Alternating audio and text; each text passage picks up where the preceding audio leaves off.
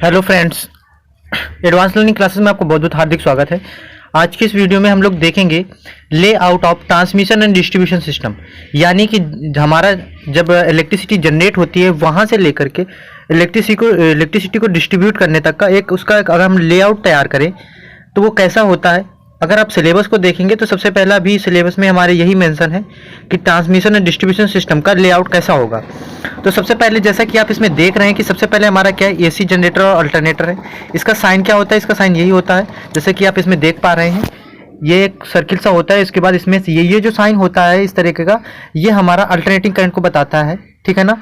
या अल्टरनेटिंग हो तो वोल्टेज हो सकता है, करंट भी हो सकता है, ठीक है ना। इसके बाद सबसे पहले हम लोग क्या करते हैं कि इसको यहाँ पर सबसे पहले हम लोग ट्रांसफार्मर लगा करके इसको क्या करते हैं, हम लोग 11 kV पे जब जैसे हमने जनरेट किया इसको, फिर हम लोग क्या करते हैं कि स्टेप अप ट्रांसफार्मर के थ्रू इसको क्या करते हैं, स्टेप अप करते हैं, यानी कि उसके वोल्टेज लेवल को बढ़ा देते हैं। वोल्टेज लेवल के बढ़ाने से क्या होता है कि हमारी जो अगर वोल्टेज बढ़ाएंगे तो हमारी उसकी क्या हो जाएगी कि करंट क्या हो जाती है, वो कम हो जाती है। करंट के कम होने से क्या होता है, उसमें बहुत सारे लॉसेस कम हो जाते हैं, ठीक है ना दोस्तों। तो हमने सबसे पहले क्या किया कि 11 kV लाइन को क्या किया 400 kV में क्या किया, स्टेप अप किया।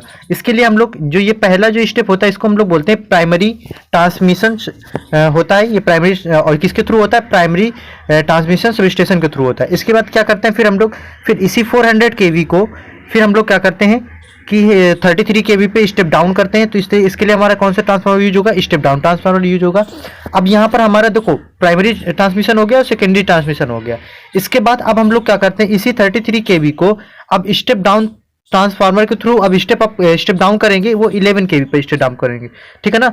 वो कि यहाँ पर अब जो सिस्टम आएगा ये क्या होगा कि अब यहाँ पर हमारा डिस्ट्रीब्यूशन आ जाता है। क्या आ जाता है, यानी कि डिस्ट्रीब्यूशन आ जाता है कहीं कहीं पर।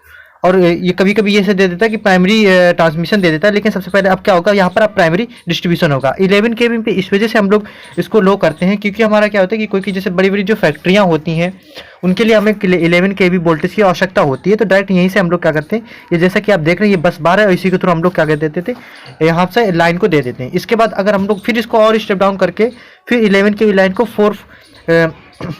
415 तक या 230 वोल्टेज तक की क्या कर देते हैं हम लोग। यहाँ पर केवल V है, ठीक है ना, 415 V यानी कि वोल्टेज 415 वोल्ट पर स्टेप डाउन करके हम लोग अपने होम अप्लायंसेस वगैरह को दे देते हैं। इसके बाद ये 230 पे भी इसको स्टेप डाउन कर लेते हैं, और इस तरीके से हमारा ये जो होता है ये सेकेंडरी डिस्ट्रीब्यूशन हो जाता है, ठीक है ना दोस्तों। इस तरीके से हमारा जो पूरा का पूरा जो सिस्टम तैयार होता है, इस तरीके का हमारा ये सिस्टम तैयार हो जाता है। इसमें पहला जैसे कि ये पहला हमारा पावर हाउस, दूसरा प्राइमरी ट्रांसमिशन, दूसरा सेकेंडरी ट्रांसमिशन, फिर प्राइमरी डिस्ट्रीब्यूशन, फिर सेकेंडरी डिस्ट्रीब्यूशन। यहाँ पर ये आपका जो प्राइमरी, यहाँ ये जो हिंदी में आप देख रहे हैं ना, हिंदी पे जो थोड़ा सा इसमें मिस्टेक लिखी हुई है, ठीक है ना। जैसे कि दोस्तों ये देख रहे हैं कि प्राइमरी संचरण उपकेंद्र, यहाँ पर भी प्राथमिक संचरण उपकेंद्र लिखा हुआ है, यहाँ पर भी प्राथमिक संचरण उपकेंद्र लिखा हुआ है, यहाँ पर द्वितीयक संचरण उपकेंद्र। तो यहाँ पर ट्रांसमिशन, यहाँ पर डिस्ट्रीब्यूशन होगा, ना कि यहाँ पर ट्रांसमिशन होगा, ठीक है ना दोस्तों। तो इस तरीके से हमारे जो है